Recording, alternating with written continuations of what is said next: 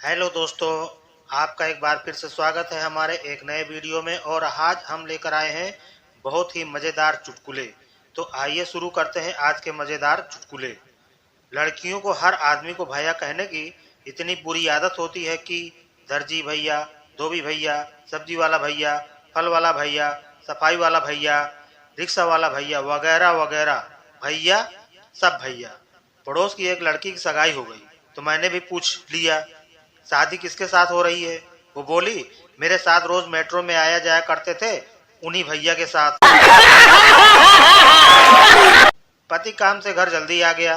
पत्नी ने देखा तो घबराकर प्रेमी को पाउडर लगाकर कोने में मूर्ति की तरह खड़ा कर दिया। पति कमरे में आया तो उसने मूर्ति देखी और पूछा, पति ये क्या है? पत्नी मुस्कुराते हुए बोली, जी यह मूर्ति गुप्ता जी ने दी है। पति कुछ न बोला और कामकाज में व्यस्त हो गया। आधी रात को उठकर मूर्ति के आगे सैंडविच रखकर बोला, खा लो गुप्ता जी, परसों मैं भी तुम्हारे घर सारी रात ऐसे ही खड़ा रहा, पर किसी कंजूस ने पानी तक भी नहीं पूछा था।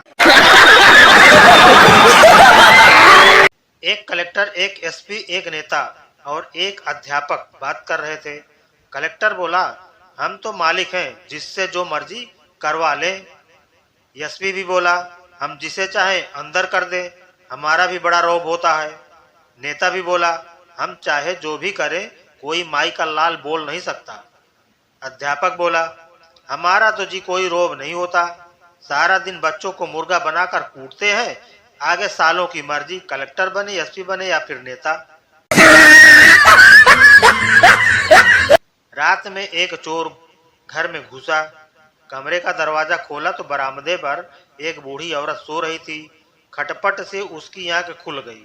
चोर ने घबरा कर देखा तो वो लेटे लेटे बोली, बेटा तुम देखने से किसी अच्छे घर के लगते हो, लगता है किसी परेशानी से मजबूर होकर इस रास्ते पर लग गए हो।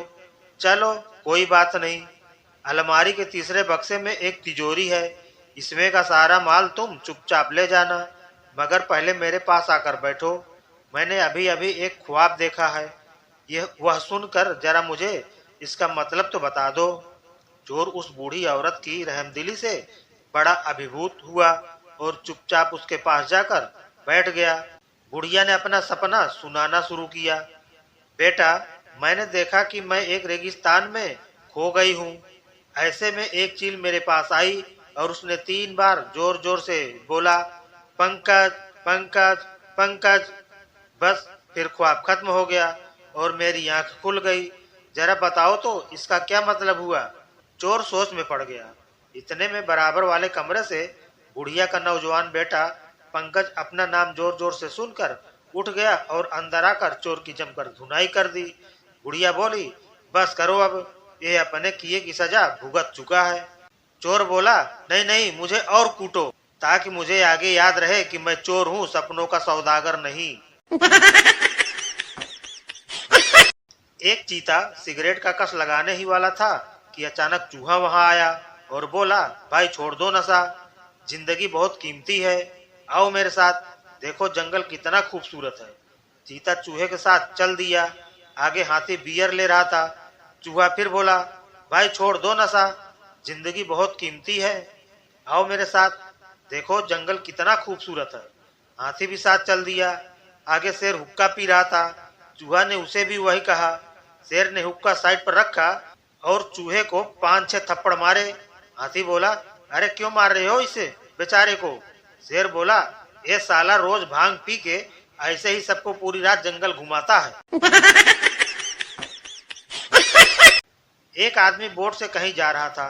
अचानक से जोर से हवा चली और उसकी बोट पलट गई।